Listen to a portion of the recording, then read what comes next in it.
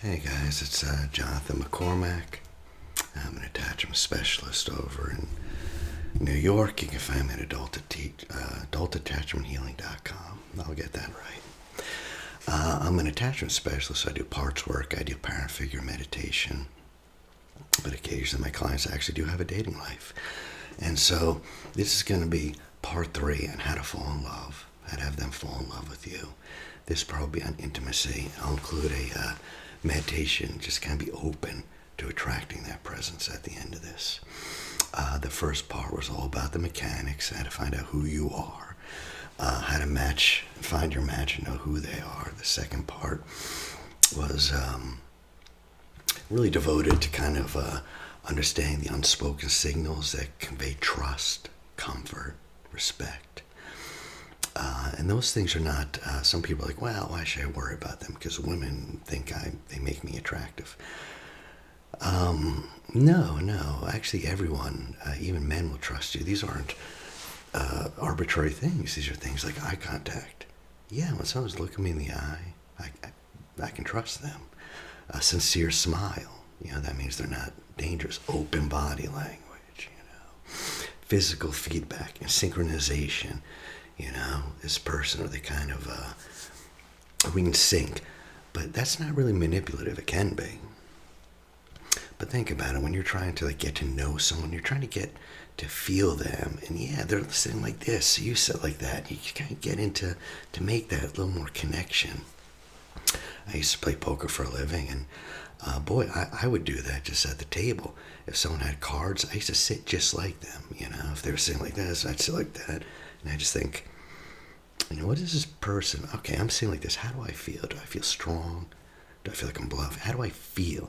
And I'm trying to feel what that person's feeling. And syncing is part of that. It's a big part of attunement, too. This is largely based on Nicholas Boothman's book, How to Make Someone Fall in Love with You in 90 Minutes or something like that. But he gathers a lot of the information. So now we're talking about rapport and intimacy. That's what it's about. You need to do all those things beforehand. It's a phase thing. We used to have big things like rituals or societies, expectations that kind of guide us in a way. Sometimes they're good, sometimes they're bad, but at least we had something. And now we don't have much. But this is how it works. There's people who are in long-term relationships. There's certain things about their relationships that we know. So before you, the way you create intimacy is self-disclosure. That's what we're talking about, self-disclosure, how to do it right. But you don't want to do that right away. Before that, you want all those things I talk about, eye contact, sincerity, because you'll never get intimate with someone quickly unless you can establish this kind of nonverbal rapport, unless they know you're safe. We talked about how to talk to someone, So self-disclosure, what it is, that's revealing intimate information about yourself, your experiences, your hopes, your dreams, your stories. Your stories is what we're talking about. However, the way this works is the other person has to disclose too. That's how intimacy works, It's fascinating, actually. Dr. Arthur Aaron, he's a researcher. He did these incredible experiments out of the University of California. This is what he did, 90 minutes. 90 minutes, it's true. He had a man and a woman never meet each other. They never knew each other.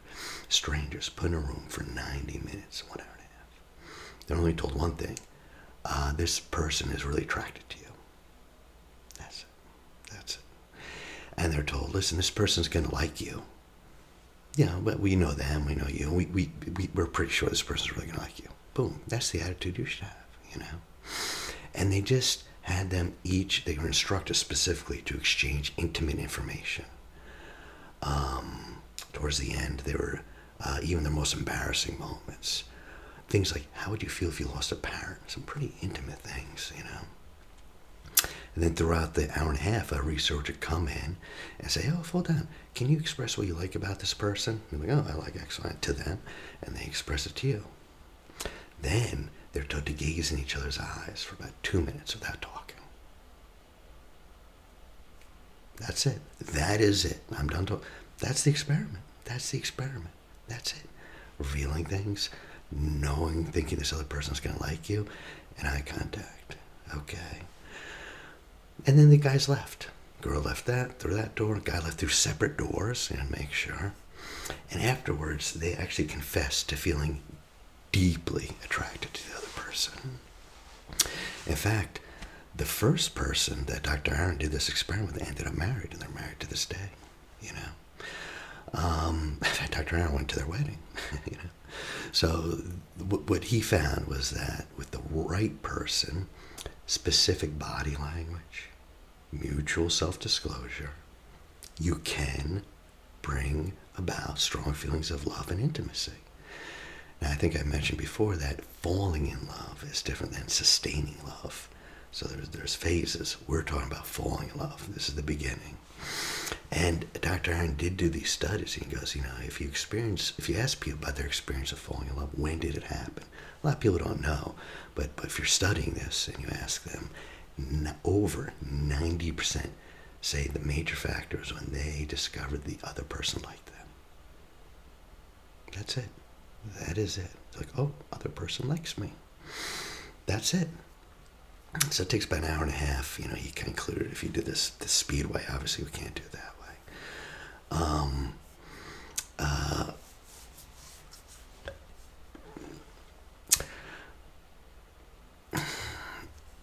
Okay, the simplest way to encourage return of information, like, okay, I'm going to share this, I hope the other person shares back, is to synchronize your body language, your tone of voice to theirs, and to give feedback on what they're saying. To make this emotional intimacy has two basic components: risk and commitment. Risk because you're opening yourself up. Commitment because when you open yourself up, you're emotionally becoming entangled. So part of that process is taking turns. Self-disclosure is an invitation. It's an invitation to trust. And there are levels of risk. And the greater the risk, the deeper the trust. So in general, there's three types of disclosure to do this, and you're going to do this in order. And I'll tell you how, but there's low risk, medium risk, and high risk. Low risk self-disclosure is things any friend of yours knows. What you like, what you don't like, how many sisters you have. Medium risk, we're talking about things that you really don't normally reveal. Your dreams, your aspirations. As long as some of your past judgments that weren't that good. And we're going to be doing low and medium risk. You're going to stay away from high risk. High risk happens later after there's a real commitment. Rarely you can, a little bit, but not much. High risk usually requires that, because the first two are going to be relatively upbeat. You're not going to be like crying. But when it comes to high risk, like things, and the dates should be, especially, the first few dates, they're going to be overwhelmingly positive, just upbeat, nice and easy, free. We're not going to talk about any really serious things, At least things you get in an argument with, like, yes, you're going to feel this is what I'm about, these are my values, but things that are, but not like emotional scars. Because you really want to think hard before you reveal things. Because you don't know them that well. And that can be a real turnoff to them. You don't know. You could reveal something, I don't know. Something about, like, you went through a time where you were a kleptomaniac. Okay. You don't want to do it till later, but say you do. And say they had a mother who's a kleptomaniac, and this is hugely triggering for them. You don't know them well enough. That's why you're not going to go to high risk. That's something later. You're building deep rapport. Remember, you're still in the select reject mode. Even if the other person's eyes are filled with stars, they're still in that mode. So during these self-disclosures I'm talking about, you're still going to be charming, not alarming. The other person should not be like on the suicide hotline calling people for you. So in general, it's a good idea to think of like 3 or 4 things you can come up with that this other person would understand and agree with. A lot of things they wouldn't understand. You're going to save those. But just things you can understand. And you're going to test it out. Get a good response. Go to the next one. Test it out. Go to 3 or 4 things. Okay? And pay close attention to the feedback. So the flow should be natural and easy. Natural and easy. No surprises. No shock value statements. And the mood has to be upbeat. If you cannot self-disclose without being upbeat, this is not something you're going to self-disclose. Not right now. So listen, if you did some jail time for selling weed when you were 17 or something, and you're dating Little Miss Middle Class, you're just not going to share that. She is not ready for that. And another reason is I've seen this backfire a couple ways, because I've said this before, when people fall in love, they don't fall in love with another person. They don't. They fall in love with the feelings the other person gives them. That's what falling in love is. As you mature and keep going, you're going to be retelling your stories, retelling your experiences, and that's going to turn into stable love. That's later. But for now, for falling in love, they're falling in love with how you feel. And this can hurt both people if you just vomit up all your information. I saw this. I had a friend, this woman, and she was in a wheelchair, in her 30s, and she would have one-night stands all the time. But boy, like no dates. She didn't have a boyfriend in years, and she was very self-conscious about it. Finally met someone. I was so happy for her. And 2 months in, I was like, oh, how's it going, And she's like, well, turns out he did share something. Turns out he was in jail. I was like, oh, And she goes, it was for sexual assault. It was actually for rape. And I was like, oh my God, what came up for you when he shared that with you? And she actually goes, well, I was shocked they shared to me. Oh, yeah. And I just felt so loved. Indeed, tell me about that. She's like, well, no one's ever opened up like that to me before. No one has ever trusted me. Think the amount of trust. Think the amount of trust that it takes to share something that awful. And her heart swelled. She wasn't thinking rationally, and we don't. Like, these things being revealed. What do they tell us about this? But no, they're revealing something. How does it make us feel? It makes us feel pretty good. Wow, that person's sharing. And then, of course, he shared something so deep. She was now free to get all these things off her chest, and that felt wonderful. And the intimacy was great because she's sharing all her, she used to drink and do this and do that, and now she can be free and unload. And they both vomited to each other, and they shared. That's awful. Yeah, if someone shares they raped someone, no, that's a red flag. Yeah, and you should probably pay attention to that. But boy, when those chemicals are popping, I get it. That was a little extreme in my mind, but oftentimes that happens with us, with less extreme stuff, So when someone does self-disclose to you, what does it say about them? Not how does it make you feel? You're going to judge your topics. So the 4 things you're going to do this. 1, pay attention to your feedback. You're going to share a little bit, see how they take it. 2, judge your topics. The first self-disclosure, the low risk, it should be like trips you've taken, adventures, experiences. Least threatening thing you could disclose, okay? Sharing ideas can be a little heated if it's about politics and whatnot. I know people say don't do it, but I'm still believing that your values do have to kind of be on board. So I would not argue about it, but I would kind of bring those things up on the second date. That's number 2 form of intimacy. Number 3 is sharing your feelings. That's high risk, and you have to moderate yourself. Also, Pay attention to the person. Are they shy? Well, if they're shy, then you really want to take your time. You don't want to say anything shocking. If they're kind of like outrageous and out there, very extrovert, okay, you got a little leeway. But pay attention to them. Number 3, take turns. A lot of times with a friend, you might not do this. You might be like, yeah, boy, I saw my ex the other day, it broke my heart, blah, blah, blah, blah. And he or she might be like, oh, I've been there. Oh, I'm so sorry to hear that, man. That sounds pretty tough, you know. But with a friend, it doesn't like invite them. Oh, now they're going to self, like, oh, one time I saw an ex, I too was very depressed, you know. They could, but that's not necessary. But with this, that has to happen. It's like a tennis match, you know. So you self-disclose, right? Whatever, your hopes, feelings, whatever it is. And you're asking your date to reciprocate. You have to take turns. So what do? You share whatever it is you share. And then when you finish speaking, you look away. Yeah, and just, you know, I was the fat kid. And, you know, I got over it, but it was one of those things, you know. Now you do it. You know, you're kind of inviting them. Now you do it. You respond. And they will, you know.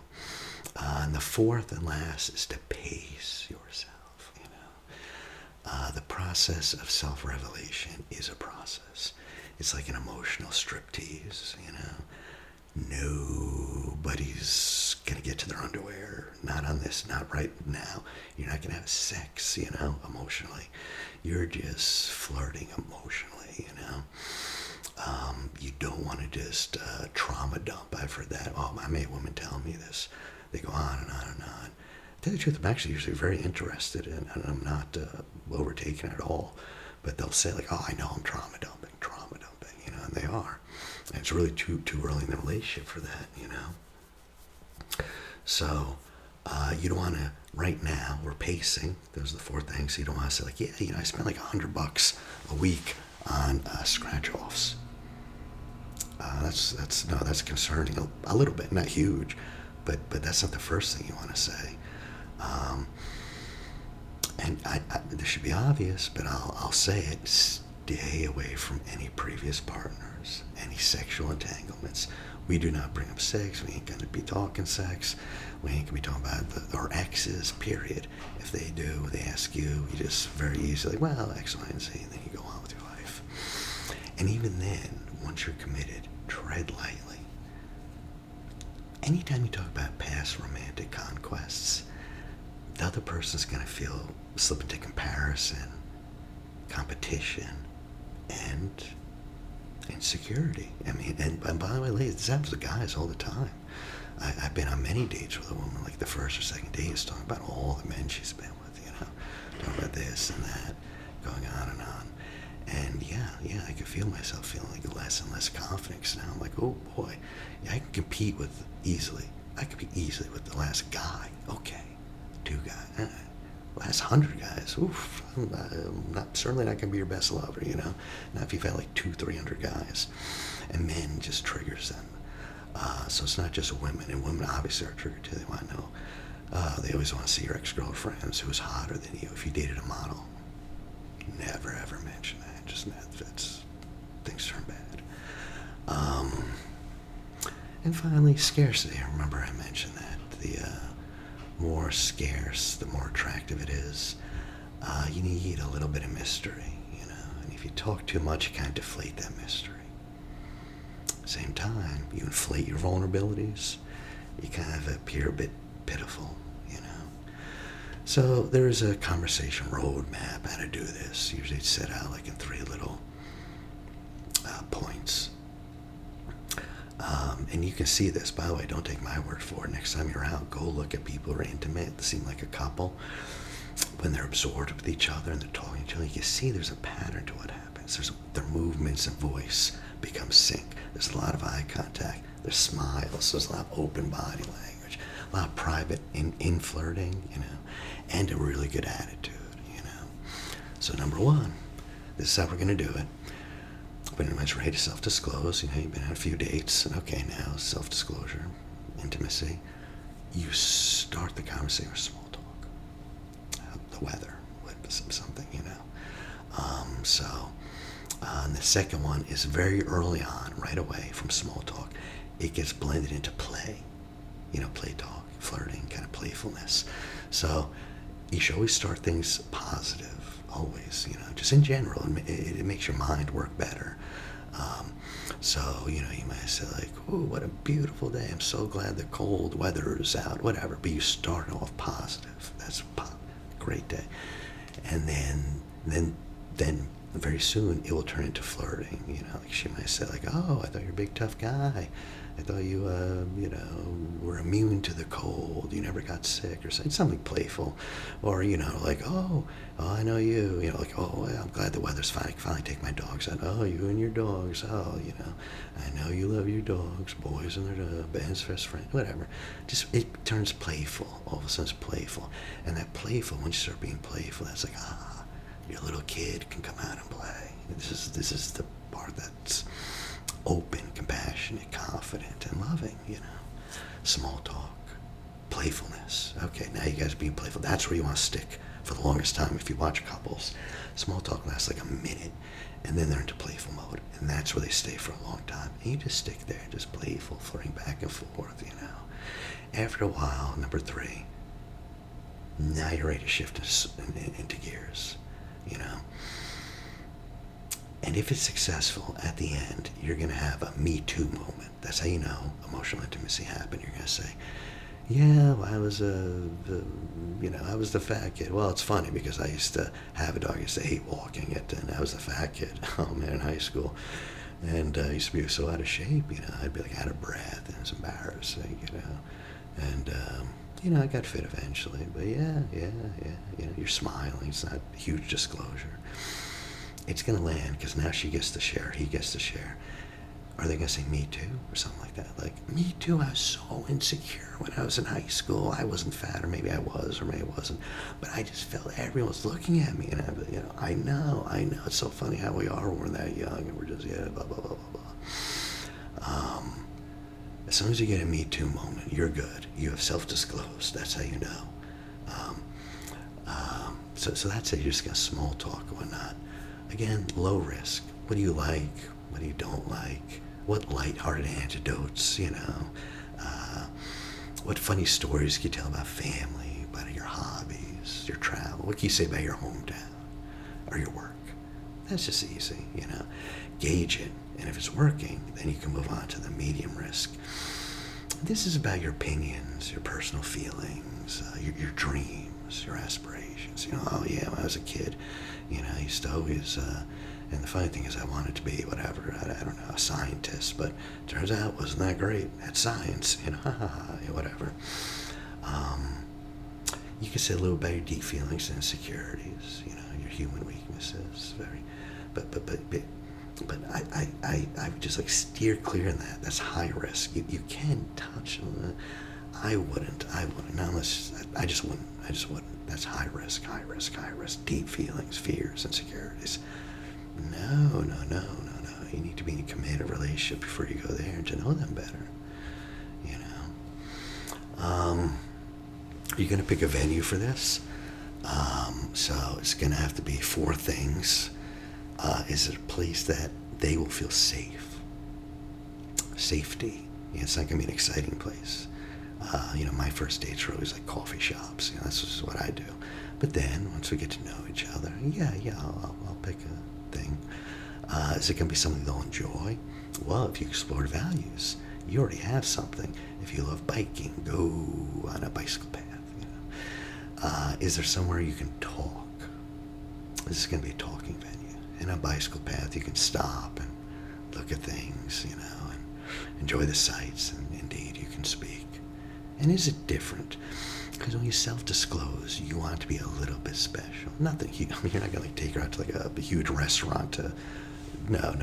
But something that is different, because she wants to associate, you want to associate this with something personal. Because when she or he looks back on this, "Oh, I remember the first time you told me about X. That was during the bike ride. Oh, I love that bike ride." And during that whole, it should be something with common ground, as I say, because that makes people feel safer. If you love biking, she loves biking. Okay, it's going to be a biking date. And that's the common ground. But whatever it is, and as soon as you get that me too, okay, you can boost that up. Boost it up, What do I mean? Well, I mean now you've disclosed something intimate, low risk. Perhaps you've moved on to a medium risk. Now is the time for incidental touching. Incidental is the main word there, by the way. It's not grabbing, you're not grabbing anything. That means you're like brushing against their shoulders, brushing against their hands. It's kind of some very incidental touching, because now is the time that emotional intimacy and touch is huge. They've done so many studies that, like, it's amazing. Like librarians, if they're touched first, hey, can you do me a favor? They'll actually return your books free, like half the time. Like if it's not that, they'll if it's overdue, people are asked, can I borrow your phone? If they're touched first, they've done these experiments, they're like 50% more likely to lend you their phone, on and on and on and on. The touch is important, Then the next stage, the next 2 or 3, then you can go into maybe some high risk. But no, touch has to be there first. You have to have that felt touch, just incidental,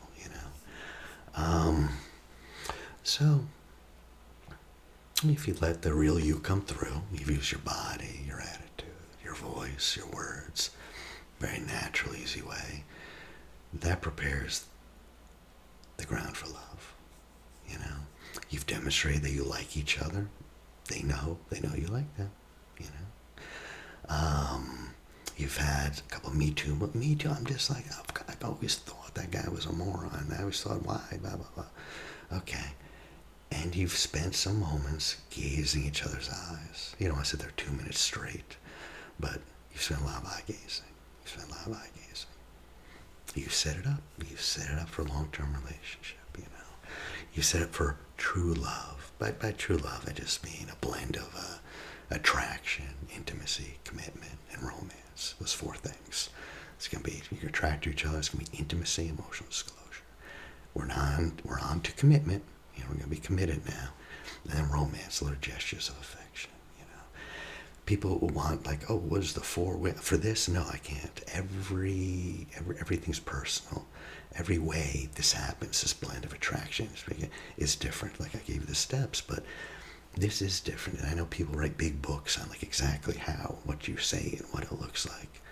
There really is no, it's too personal. It happens too differently for every person. Exactly what that looks like, And this is the time where you have to kind of let go and let the process happen. How it's going to happen. These things I'm giving are like very, very vague framework, and you can make it work in your own way. But after that, it's like, no, it's organic, it's natural, it flows, and you have to let it happen. This is one thing, like the red pill guys kind of, if they're looking for a long-term relationship, I think most of them are, is like, oh, they have all these lines and this and that and that and that. Okay, but after the attraction, no, you have to let it flow. However it's going to flow, you have to be open to it. And because it's a living thing. It's creative. It's a seed that grows. You've read all the poets, It's important to intend love. I actually think this is important. And I've done this myself, and I've had other people do that you actually write down who you're looking for. From the first video, you kind of know. If you're an analyzer, you don't want another analyzer, so you know that. So you kind of know what they have. Imagine how they look, more or less. Imagine their personality traits. I'm very introverted, so perhaps an extrovert would really suit me. Whatever it is, and you write it down on a piece of paper, and you can read it every day. This is, I'm looking at a girl who's really into Buddhism, because I am too. And a girl who's really into physical fitness, because I'm a marathon runner, whatever you are. A girl who's very supportive, maybe that's what or a girl who's pretty brainy, so she kind of, can see how smart I am, whatever it is, I don't know. But you're going to give this, even how they look, people have a type, we all know it. And you're going to write all that down. And this is the image you're going to have in your mind. And you're going to be intending that image. The unconscious doesn't need, I want love. That makes no sense to the unconscious. You have to draw a picture of it. The unconscious is like a 4-year-old. Unless you can show a picture, it has no idea what you're asking. I want love. I want a partner. What is that? What does that look like? Well, now you have an image. And the second thing you can do is imagine how you would feel in that relationship. That's so important. You create the feelings like, oh boy, I'd be very grateful. Gratitude is huge. I'd be very comfortable. I think I'd be very more confident in life because I'd have someone, you know. I think I'd be X, Y, and Z. And how would that feel? You can imagine. Yeah, I guess I'd feel, you know.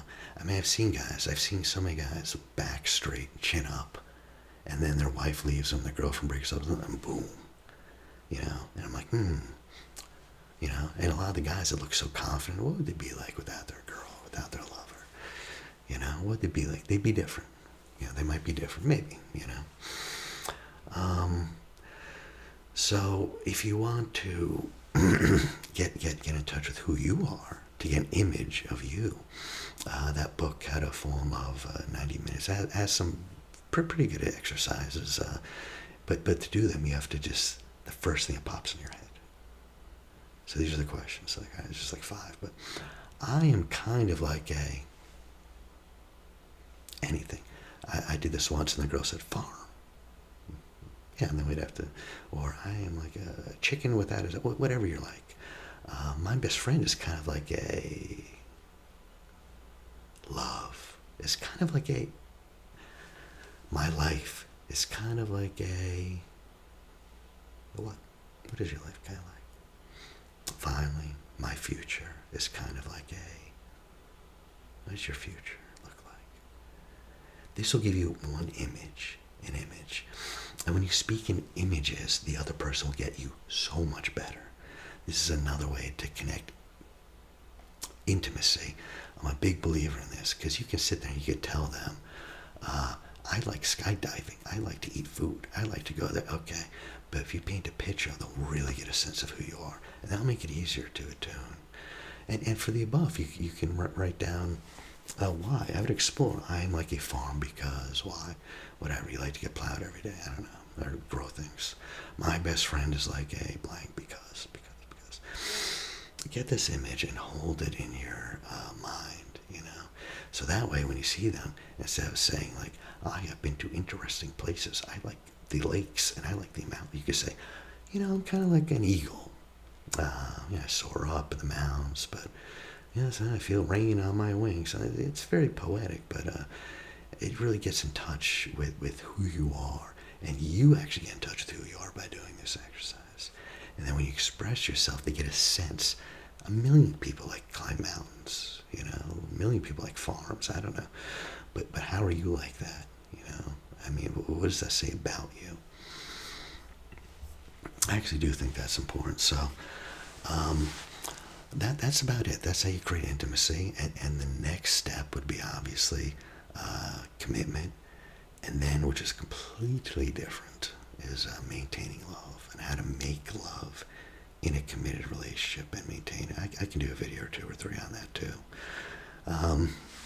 So I'll do meditation. This is about being open to your ideal partner. And this happens. I've seen this so many times where someone comes to me, especially when I used to do more date coaching stuff, and I'm like, okay, you're going to be open to this. You're going to be open to a partner.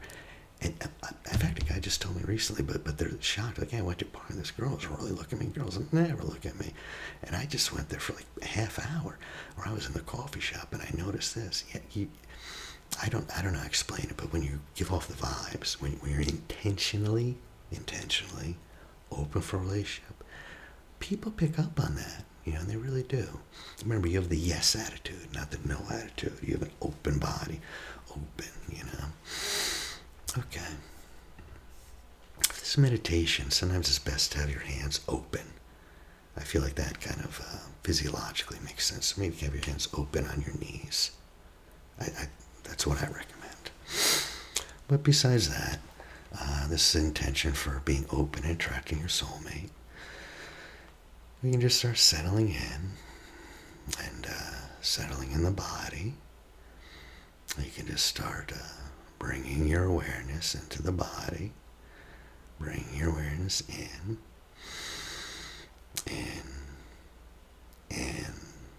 down, and in. And you can face your palms upward and be open to connect to any energy around you. Because the universe does kind of know that you're being open. People pick up on it, you know. And you just want to become aware of how you feel in the space around you. You may notice noises or disturbances, but you don't engage them. Right now, just going to pay attention to your breath. In and out, nice and easy. And we're going to start with 3 deep breaths. And you can take a super deep breath. Hold it below the belly and slowly release.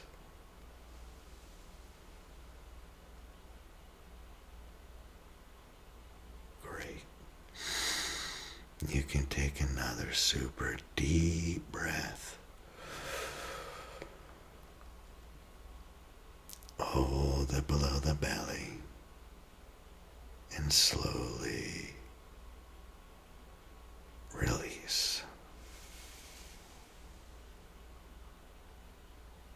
Good. Last one. Super deep breath. Hold it below the belly and slowly release.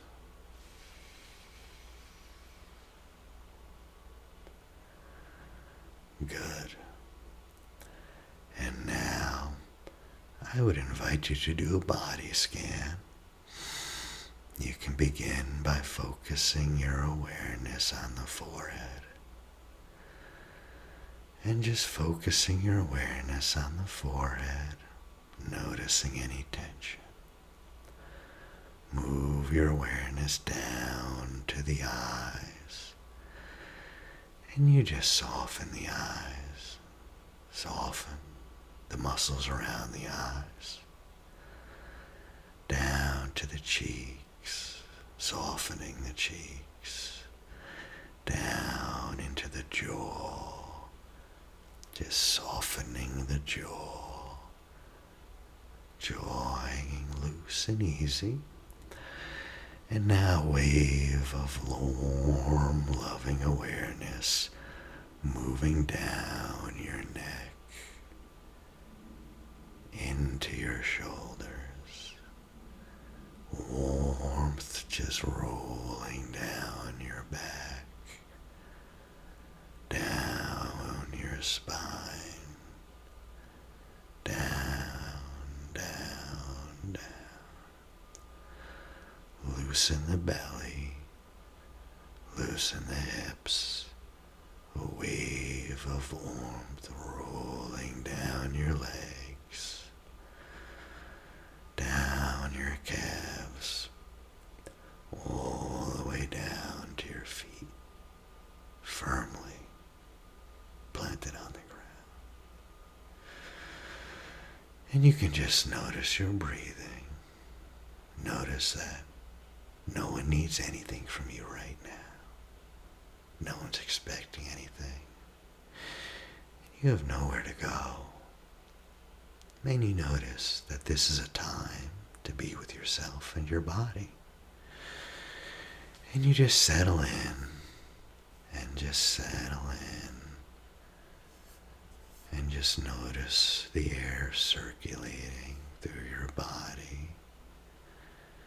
Noticing your breathing, letting your body relax so you can access the subconscious mind.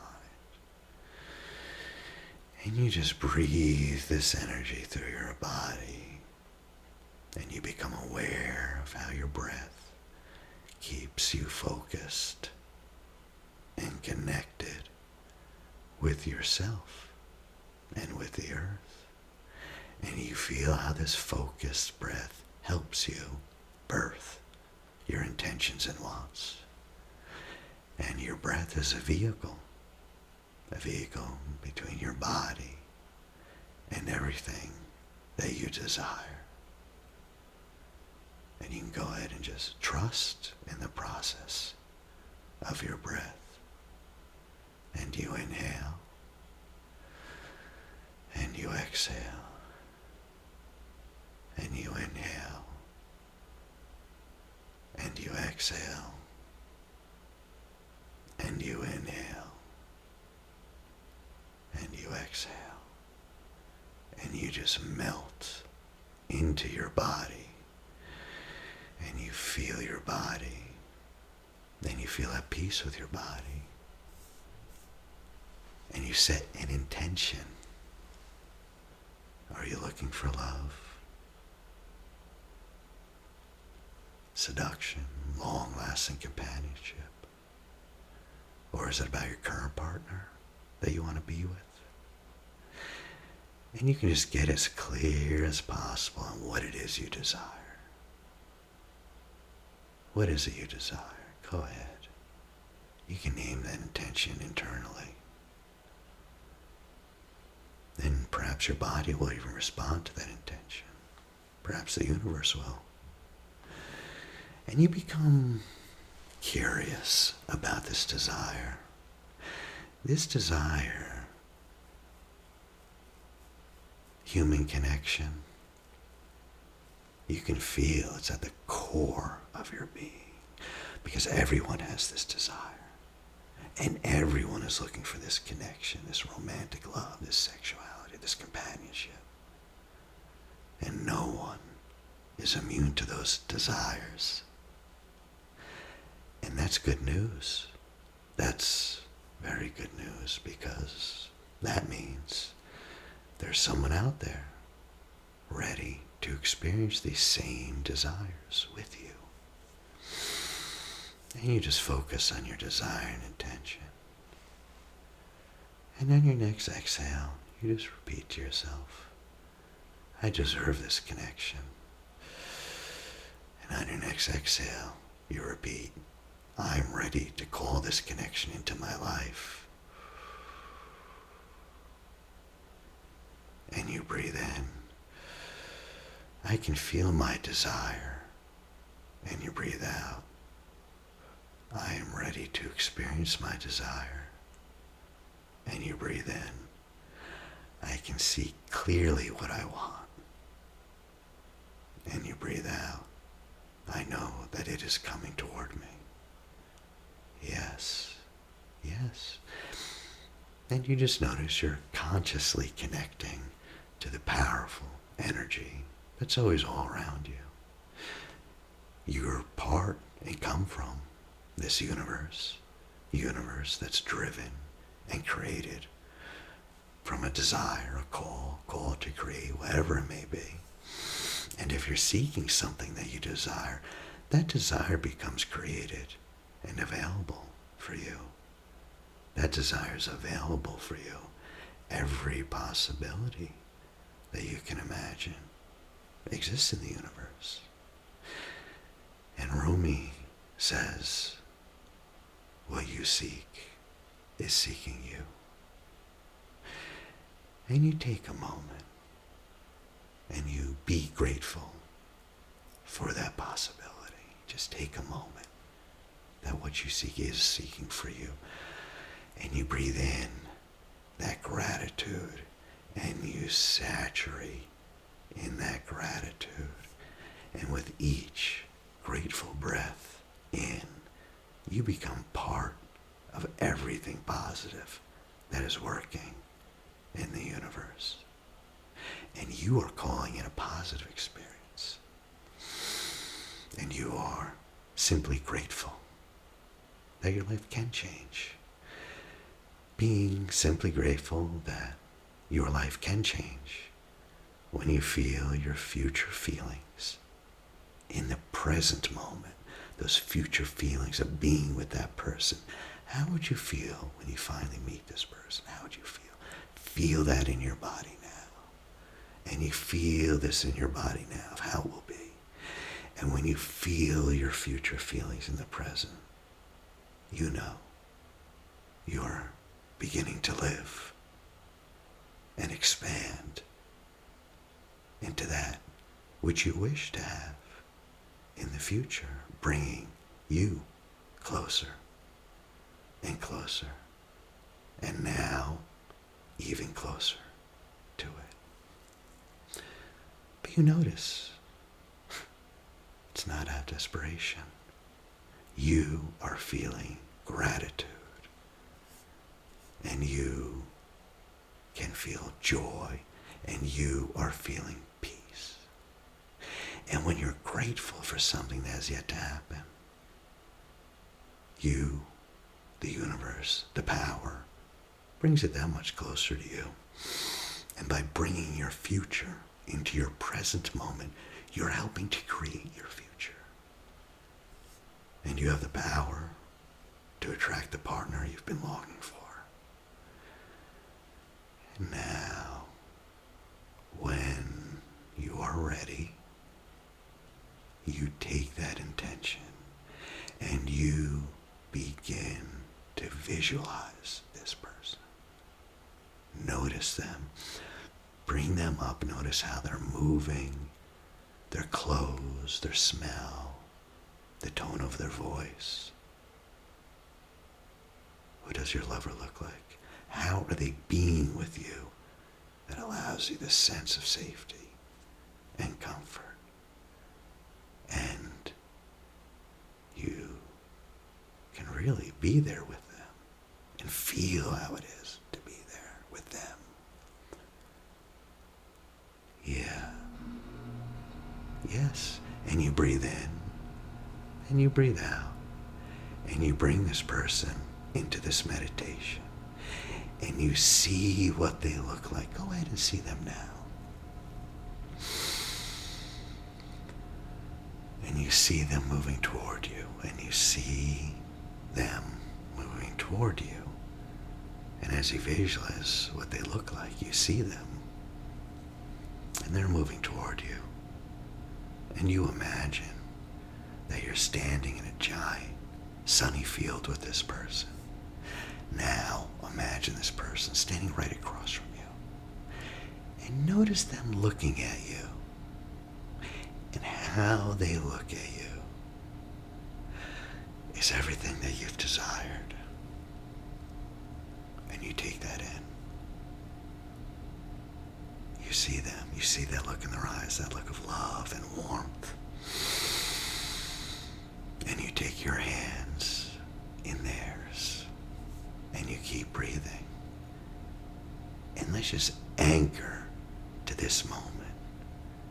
And anchored in this present moment is where your future is born. Anchored to this present moment is where all that you want begins to unfold. And everything you want is already there, right in front of the mind's eye. And you just inhale and exhale. And you inhale and exhale. And inhale and exhale. And on your next inhale, with your partner standing across from you in this sunny, beautiful, quiet field, imagine looking up at this beautiful and heavenly sky. Yeah. And as you're with your partner looking up into this heavenly sky, you might begin to enjoy the view of the sky, and a golden light begins descending from the sky above you too. And the golden light begins to move slowly down to where the two of you stand. And you both look up at the light. And you notice a feeling, and you feel a sense of true calm and peace inside both of your hearts. Your hearts become open. Your hearts become open.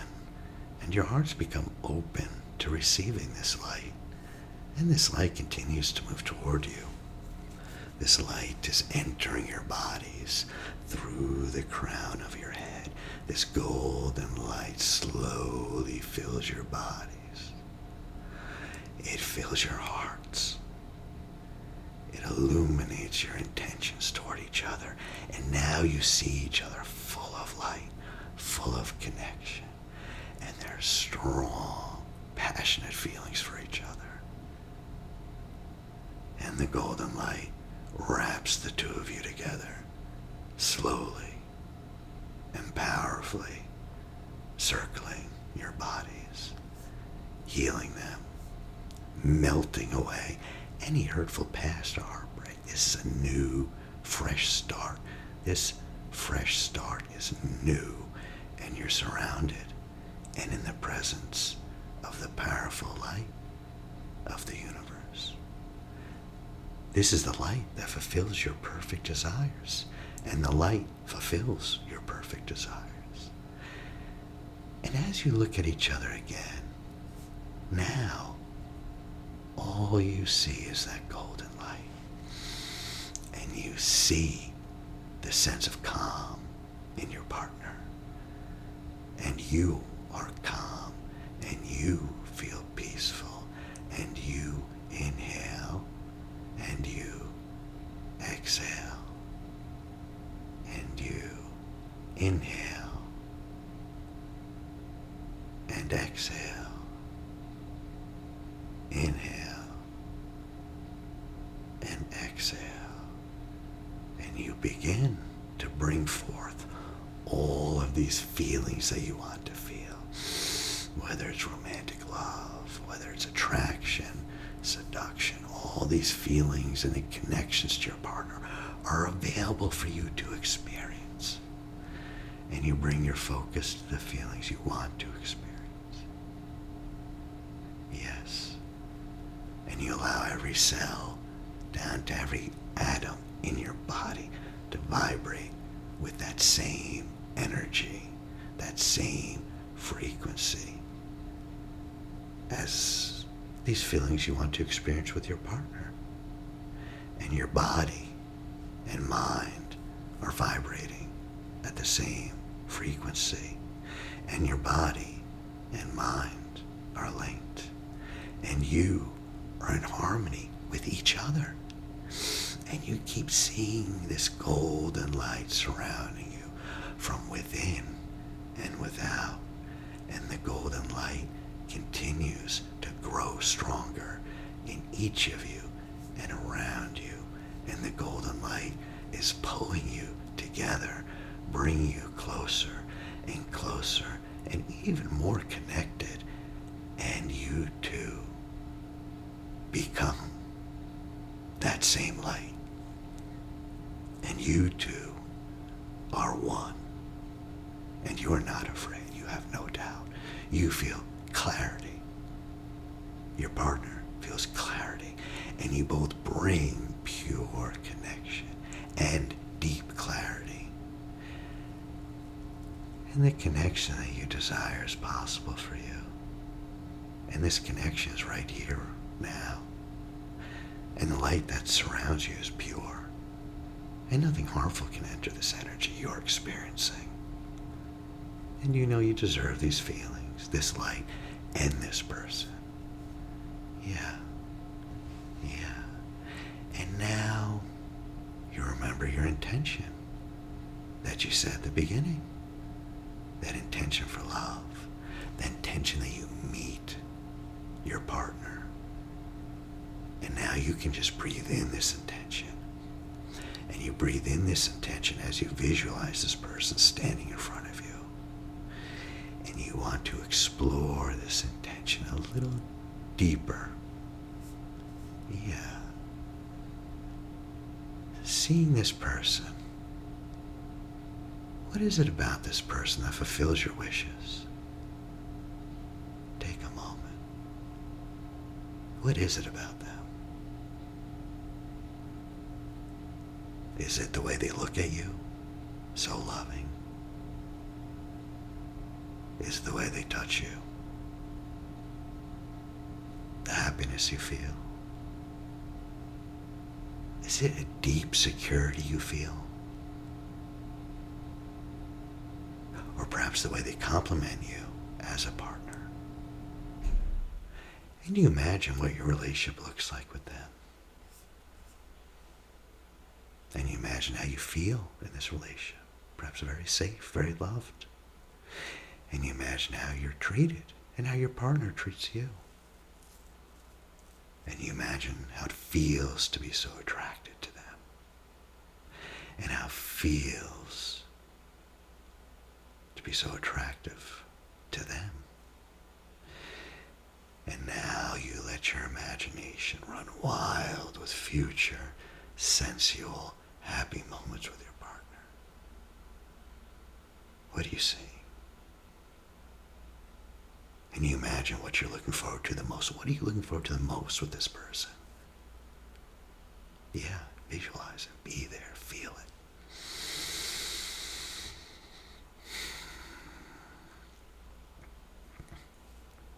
And it doesn't matter how long you've waited for their presence. Their presence is here with you now. And your longing is fulfilled. And you breathe into this person's presence.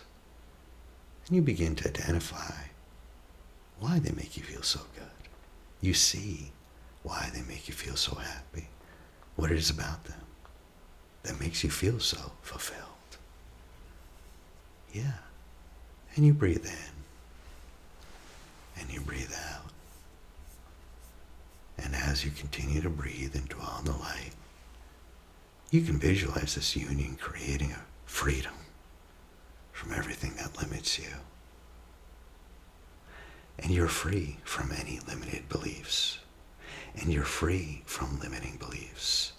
And your relationship is limitless. And you're no longer confined by your status in society or what will happen in the future or the outcome of the relationship. Because this relationship will provide full connection and freedom in what you desire. What matters is the two of you and the joy you have and the gratitude you feel at this moment. Because you're the only ones present in this field. You're the only ones to experience this light. And you're both enveloped in the golden light that connects and protects both of you as you hold hands with your desired partner. That golden light is the universal energy of union. This is the universal energy of becoming deeply connected. And you and this person are one. And you feel strong. And you feel secure. And you just feel joy in receiving what you have called in. And you begin to sense and feel guided towards the actions you need to make your desires to come true. And you inhale. And you exhale. And what you visualize in your subconscious will be intended by your conscious. And you take your time.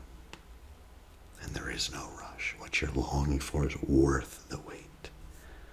And you don't care about the time it might take, because that just slows things down. You just breathe. And you just breathe. And you just release your desire. And trust that you are in the creative frequency. Trust that what you want is being brought forth. That someone, something is responding to these desires. And you inhale. And you exhale. And you let the sound of your breath be your guide. And as your breath inhales and exhale, you start to gently bring your awareness back to your body. And using your breath, you become aware of your toes. And maybe a tingling energy you felt in your toes begins to move up. And it vibrates. And it spreads up your legs, up your calves, up your thighs, your hips, your stomach, your heart, your arms, your fingers, your collarbone, and now your throat, and your jaw, and your cheeks, and your eyelids, and finally resting on the crown of your head.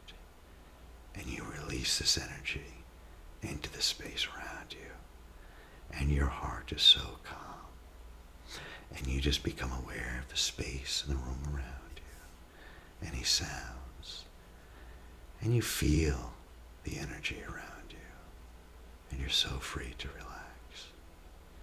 And perhaps you notice feelings of clarity, inspired action. And now, as you're breathing, when you're ready, but only when you're ready, you take your time, your own sweet time. And now, eyes open, and eyes can open, and eyes are open. Alrighty. Again, Jonathan McCormick at attachmenthealinghelp.com. Feel free to leave comments or any questions. And good luck in your search for love. If no one told you they love you, I love you, even though I don't know you, because you got a heart like mine, human experience like mine, and I can't help but love you.